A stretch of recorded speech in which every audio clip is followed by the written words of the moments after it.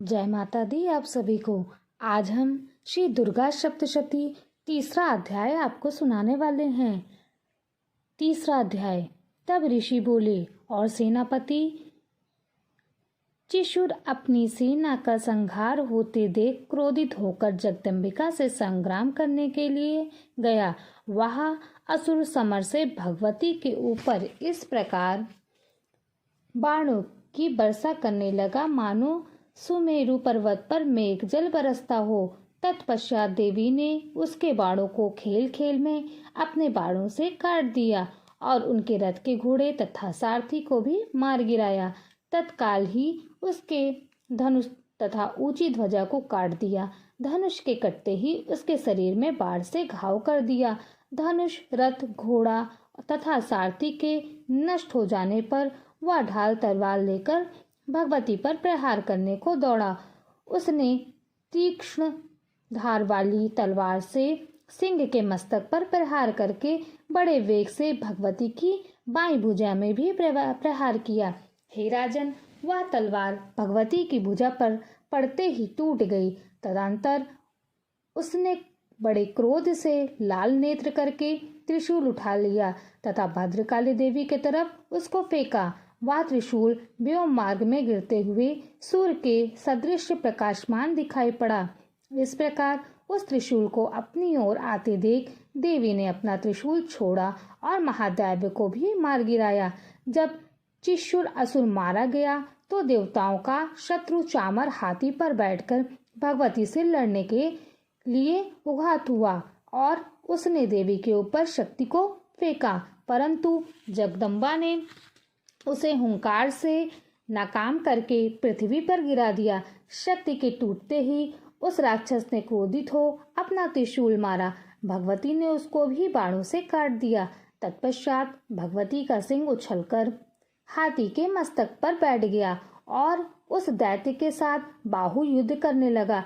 वे दोनों लड़ते लड़ते हाथी पर से नीचे धरती पर गिर पड़े और अत्यंत क्रोधित होकर परस्पर लड़ने लगे। फिर सिंह ने बड़े वेग से आकाश की तरफ उछलकर चामर के थप्पड़ मारकर उसका सिर शरीर से अलग कर दिया और देवी के उदग्र को शिला विक्षादि से मार दिया तथा दांत और मुक्कों की मार से कराल को मार दिया। तत्पश्चात भगवती ने क्रोधित होकर उदर दैत्य को गदा से मार दिया। बिंदीपाल से वाशकल तथा गंधक और ताम्र को बाड़ों से मार डाला। तीनों नेत्रों वाली भगवती ने गग्रतास्य, उग्रवीर और महाहानु को मार डाला। विडाल का सिर तलवार से काट दिया। दुर्धर और दुर्मुख को बाड़ों से यमलोक पहुंचा दिया। इस प्रकार अपनी सेना की हार होते देखकर महिषासुर भैंस का रूप बनाकर देवी के गणों को भय दिखाने लगा। किसी को थुथुन से प्रहार करके, कुछ को खुरों से, कुछ को पूंछ की फटकार से, कुछ को सींगों की टक्कर से चोट मारने लगा। किसी को तेज दौड़कर, किसी को गर्जना करके, किसी को चक्कर देकर तथा किसी को श्वास की वाष्प से पृथ्वी पर पटकने लगा। इस प्रकार देवी के गणों की सेना के गिरते ही महिषासुर भगवती को मारने के लिए दौड़ा तो भगवती ने उस पर क्रोधित होकर प्रहार करना चाहा। तब वह बलवान महिषासुर भी क्रोध करता हुआ धरती को विदीर्ण करने लगा था। ऊंचे ऊंचे पहाड़ों को सींगों से उखाड़कर फेंकता हुआ गर्जना करने लगा।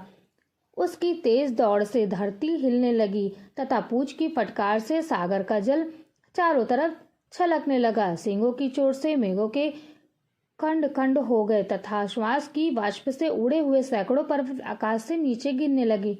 इस प्रकार क्रोध युक्त महिषासुर को आता हुआ देखकर चंडिका देवी ने महिषासुर दैत्य को मारने के लिए क्रोध किया और भगवती ने पाश को फेंका।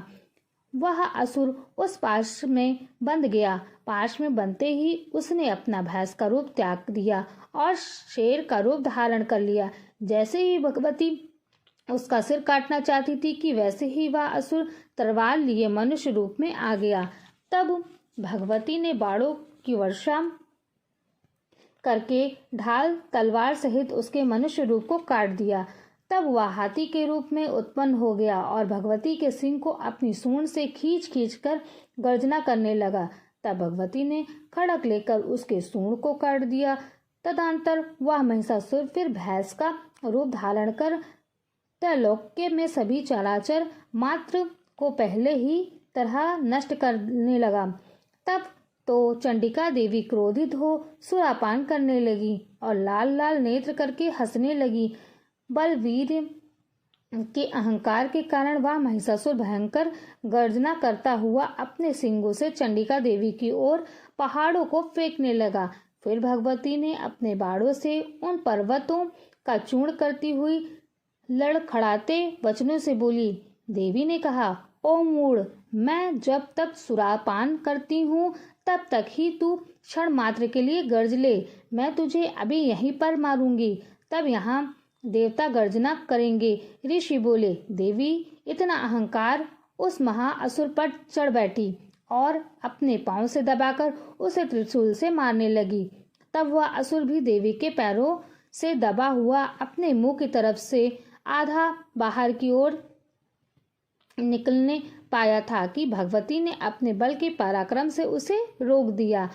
आधा निकला हुआ महादैत्य जब भगवती से युद्ध करने लगा तो देवी ने अपनी तलवार से उसका सिर काट डाला।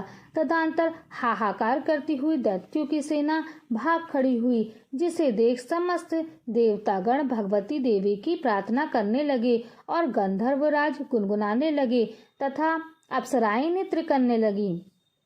इति श्री मार्कंडेय पुराण के देवी महात्म्य में महिषासुर वध नामक अध्याय समाप्त।